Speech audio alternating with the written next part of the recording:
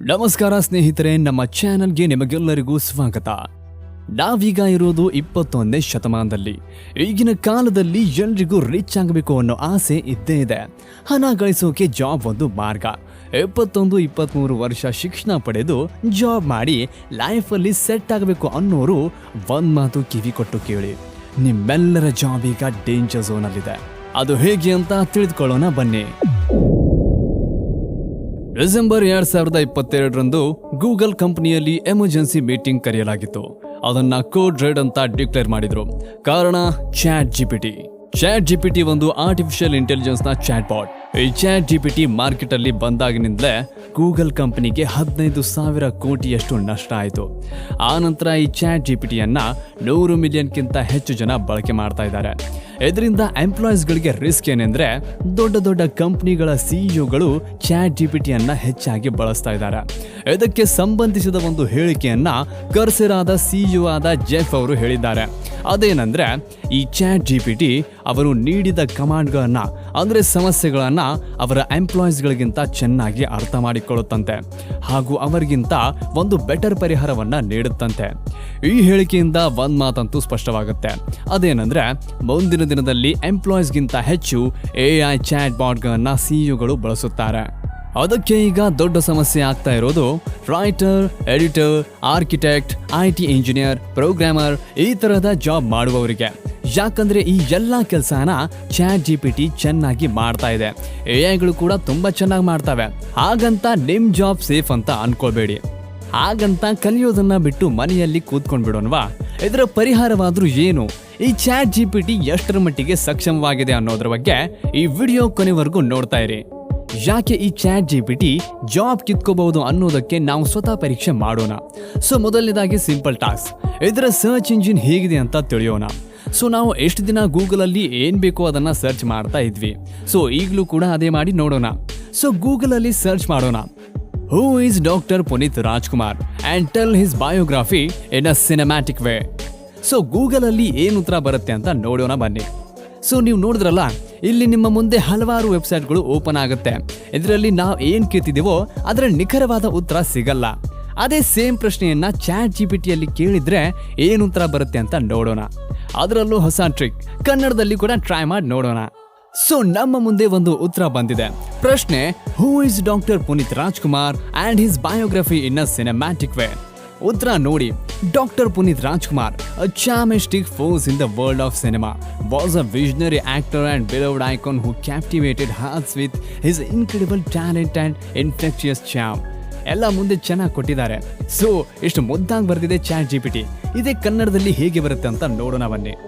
ನೋಡಿ, ಕನ್ನಡದಲ್ಲಿ ಏನು ಅದ್ದೆದ್ದೆ ಪದ್ಧತಿ ಬರೆದಿದೆ ಈ chat GPT. Doctor Puneeth Rajkumar ಒಬ್ಬ ಅತ್ಯುತ್ತಮ ವೈದ್ಯಕೀಯ ಜ್ಞಾನಿ ಮತ್ತು ಸಿನಿಮಾ ಸಾಹಿತ್ಯ ಪ್ರೇಮಿಯಂತೆ. ಅವ್ರ ಹೆಸರು ಸಿನಿಮಾಗೆ ಕರ್ನಾಟಕದಲ್ಲಿ ಗಣ್ಯತೆಗೆ ಬಂದಿದೆ. ಆದ್ರೆ ಸ್ನೇಹಿತರೆ, ಇಂಗ್ಲಿಷ್ ತರ ಕನ್ನಡದಲ್ಲಿ ಬಂದಿಲ್ಲ. ಹಾಗಂತ ಬರಲ್ಲ ಅಂತ ಅನ್ಕೋಬೇಡಿ. ಮುಂದಿನ ದಿನಮಾನದಲ್ಲಿ ಬಂದೇ ಬರುತ್ತೆ. ಚಾಟ್ ಜಿಪಿಟಿ ಕನ್ನಡದಲ್ಲೂ ಬರುತ್ತೆ. ಇದಂತೂ ಏನೂ ಇಲ್ಲ. ಈ ಚಾಟ್ ಜಿಪಿಟಿನ ಕ್ರಿಯೇಟಿವಿಟಿ ಕೂಡ ಬೇರೆ ಲೆವೆಲ್ ಇದೆ. ಉದಾಹರಣೆಗೆ, ಇವರಲ್ಲಿ ನಾನು ಪುನೀತ್ ರಾಜ್ಕುಮಾರ್ ಬಯೋಗ್ರಫಿಯನ್ನ ಪೋಯಮ್ ಅಲ್ಲಿ ಬರ್ದು ಕೊಡು ಅಂದಾಗ ಇದರ ರಿಪ್ಲೈ ನೋಡಿ. ಪೋಯಮ್ ಒಳ್ಳೆ ಶೇಕ್ಸ್ಪಿಯರ್ ಸ್ಟೈಲ್ ಅಲ್ಲಿ ಬರೆದಿದೆ ಈ chat GPT. In the realm of words I'll have a tale of soul of named Punit Rajkumara who dared to sail, born with dreams tucked in his heart, a poet spirit, a performs art. ಇವೆಲ್ಲವಂತೂ ತುಂಬಾ simple task. ಈ chat GPT ಹಲವಾರು professional ಕೆಲಸಗಳನ್ನು ಕೂಡ ಮಾಡಬಹುದು. ಉದಾಹರಣೆಗೆ, ಒಂದು website ಮಾಡೋಕೆ ನಾವು ವೆಬ್ಸೈಟ್ ಡೆವಲಪರ್ಸ್ಗೆ ತುಂಬಾ ದುಡ್ಡನ್ನ ಕೊಡ್ತಾ ಇದ್ವಿ. ಅದೇ ನಮಗೆ ಈ ವೆಬ್ಸೈಟ್ಗಾಗಿ HTML ಪ್ರೋಗ್ರಾಮ್ ಬರೆದು ಕೊಡು ಅಂತ ಗೂಗಲ್ಗೆ ಕೇಳಿದಾಗ ಈ ಕೆಲಸ ಗೂಗಲ್ ಮಾಡ್ತಾ ಇರಲಿಲ್ಲ. ಆದರೆ ಚಾಟ್ ಜಿಪಿಟಿ ಹಾಗಲ್ಲ. ಇದು ಡೈರೆಕ್ಟ್ ಆಗಿ ನಿಮಗೆ ಪ್ರೋಗ್ರಾಮ್ ಕೋಡ್ ಬರೆದು ಕೊಡುತ್ತೆ. ಅದನ್ನ ಯೂಸ್ ಮಾಡಿ ಕಂಪ್ಯೂಟರ್ ಸೈನ್ಸ್ ನಾಲೆಜ್ ಇಲ್ಲದೆ ಇದ್ರೂ ಕೂಡ ಪ್ರೋಗ್ರಾಮ್ ಅನ್ನ ಬರಿಬಹುದು, ಅದು ಕೂಡ ಫ್ರೀ ಆಗಿ. ಈ ಚಾಟ್ ಜಿಪಿಟಿ ನಮಗೆ ಡಾಕ್ಟರ್ ತರ ಎಲ್ಲ ಟ್ರೀಟ್ಮೆಂಟ್ ಹೇಳುತ್ತೆ, ಲಾಯರ್ ತರ ಕಾನೂನು ತಿಳಿಸುತ್ತೆ, ಎಜುಕೇಶನಲ್ಲಿ ಸಹಾಯ ಮಾಡುತ್ತೆ. ಅದೇ ಗೂಗಲ್ ಅಲ್ಲಿ ಡೈರೆಕ್ಟ್ ಆಗಿ ನಮಗೆ ಉತ್ತರ ಸಿಗ್ತಿರ್ಲಿಲ್ಲ. ಉತ್ತರ ಪಡೆಯೋಕೆ ಯಾವ್ದಾದ್ರೂ ಒಂದು ವೆಬ್ಸೈಟ್ಗೆ ನಾವು ಹೋಗ್ಬೇಕಾಗುತ್ತೆ. ಹೀಗೆ ಇನ್ನೂ ಹಲವಾರು ಕೆಲಸಗಳನ್ನ AI ಮನುಷ್ಯರಿಗಿಂತ ತುಂಬಾ ಚೆನ್ನಾಗಿ ಮಾಡಬಹುದು. ಹಾಗಾದ್ರೆ ಇನ್ನು ಮನುಷ್ಯರಿಗೆ ಉಳಿಗಾಲ ಇಲ್ವಾ? ಈಗಿನ ಯುವಕ ಯುವತರಿಗೆ ಜಾಬ್ ಸಿಗಲ್ವಾ? ಇದರ ಉತ್ತರ ತುಂಬಾ ಇಂಟ್ರೆಸ್ಟಿಂಗ್ ಇದೆ. ಯಾವತ್ತಿನವರೆಗೆ ಅಡ್ವಾನ್ಸ್ ರೋಬೋಟ್ಸ್ಗಳು ಬರಲ್ವೋ ಅಲ್ಲಿವರೆಗೂ ಮಿಲಿಟರಿ, ಪೊಲೀಸ್, ಸೆಕ್ಯೂರಿಟಿ, ಸ್ಪೋರ್ಟ್ಸ್ ಈ ತರದ ಇನ್ನೂ ಹಲವಾರು ದೈಹಿಕ ಕೆಲಸಗಳನ್ನ, ಈ ತರದ ಜಾಬ್ಗಳನ್ನ ಕಿತ್ಕೊಳ್ಳೋದು ಕಷ್ಟ. ಯಾಕಂದ್ರೆ AI ಇದು ಇನ್ನು ಇಂಟರ್ನೆಟ್ ವರೆಗೆ ಮಾತ್ರ ಸೀಮಿತ ಇದೆ. ರೊಬಾಟಿಕ್ಸ್ ರಿಸರ್ಚ್ ನಡೀತಾ ಇದೆ, ಆದ್ರೆ ಸಂಪೂರ್ಣವಾಗಿ ರೋಬೋಟ್ಸ್ ಮೇಲೆ ನಿರ್ಭರರಾಗುವಷ್ಟು ಟೆಕ್ನಾಲಜಿ ಇನ್ನೂ ಬೆಳೆದಿಲ್ಲ. ನಂತರ ಕ್ರಿಯೇಟಿವ್ ವರ್ಕ್ಸ್, ಉದಾಹರಣೆಗೆ ಸಿನಿಮಾ. ನಿಮಗನಿಸಬಹುದು ಗ್ರಾಫಿಕ್ಸ್ ಅನ್ನ AI ತಂತಾನೆ ಮಾಡ್ತಾ ಇದೆ, ಸಿನಿಮಾ ಹೇಗೆ ಹೋಗಲ್ಲ? ಇದರ ಉತ್ತರ ತುಂಬಾ ಸಿಂಪಲ್ ಇದೆ ನೋಡಿ. ಬರೀ ಗ್ರಾಫಿಕ್ಸ್, ಅನಿಮೇಷನ್ ಇರೋದ್ರಿಂದ ಒಂದು ಸಿನಿಮಾ ನಡೆಯಲ್ಲ. ಒಂದು ಸಿನಿಮಾ ನಡೆಯೋದು ಸ್ಟೋರಿ, ಸ್ಕ್ರೀನ್ ಪ್ಲೇ, ಆಕ್ಟಿಂಗ್ ಇಂದ.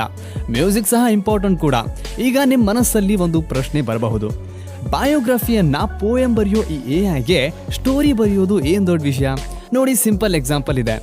AI ತನ್ನಷ್ಟಕ್ಕೆ ತಾನೇ ಏನು ಹೇಳಲ್ಲ. ಈಗ ಕಾಂತಾರ ಸಿನಿಮಾ ನೋಡಿದ್ರ ನೀವೆಲ್ಲ, ನಮ್ಮ ಕನ್ನಡದ ಹೆಮ್ಮೆಯ ಚಿತ್ರಗಳಲ್ಲಿ ಅದು ಕೂಡ ಒಂದು. AIಗೆ ಹೇಗೆ ಕರಾವಳಿ ಪದ್ಧತಿ ಬಗ್ಗೆ, ಅಲ್ಲಿನ ಕಲ್ಚರ್ ಬಗ್ಗೆ ಸಿನಿಮಾ ಕತೆ ಬರೆಯೋಕ್ ಬರುತ್ತೆ? ಒಂದ್ ವೇಳೆ ಬಂದ್ರೂ ಕೂಡ ಚಿತ್ರದ ಸ್ಕ್ರೀನ್ ಪ್ಲೇ ಅದು ಕ್ರಿಯೇಟಿವ್ ಮೈಂಡ್ ಇಂದಾನೆ ಬರೋದು. ಇದಕ್ಕೆ ಬೆಸ್ಟ್ ಎಕ್ಸಾಂಪಲ್ ನಮ್ಮ ಉಪ್ಪಿ ಅವರ ಸಿನಿಮಾಗಳು. ಉಪೇಂದ್ರ ಅವರು ನಿರ್ದೇಶನ ಮಾಡಿದ ವಿಚಿತ್ರ ಸಿನಿಮಾಗಳಲ್ಲಿ ಒಂದಾದ ಚಿತ್ರ ಉಪೇಂದ್ರ. ಯಾರ್ ತಾನೇ ಈ ತರ ಯೋಚನೆ ಮಾಡೋಕೆ ಸಾಧ್ಯ? ಸೊ ಇಂಥ ಯುನಿಕ್ ಕೆಲಸಗಳನ್ನ AI ಇನ್ನೂ ರಿಪ್ಲೇಸ್ ಮಾಡಲ್ಲ.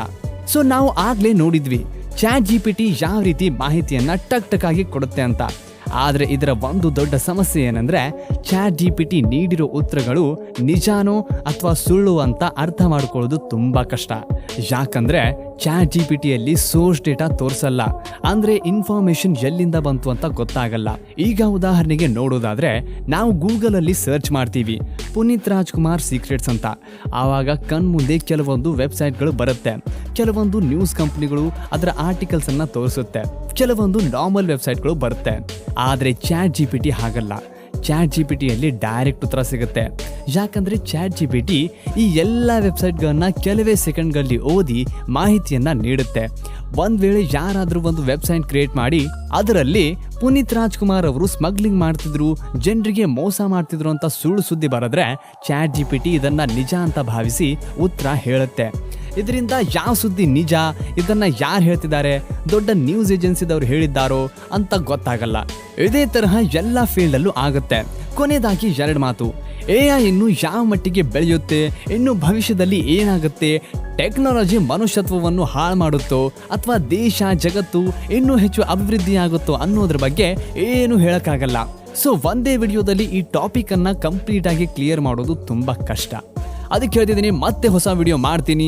ಸೊ ನಿಮ್ಮ ಸಪೋರ್ಟ್ ಬೇಕಾಗುತ್ತೆ. ಈ ವಿಡಿಯೋ ಕೊನೆವರೆಗೆ ನೋಡಿದ್ದಕ್ಕಾಗಿ ತುಂಬಾ ಧನ್ಯವಾದಗಳು. ಮತ್ತೆ ಸಿಗೋಣ ಹೊಸ ವಿಡಿಯೋದಲ್ಲಿ. ಅಲ್ಲಿಯವರೆಗೂ ಗುಡ್ ಬೈ.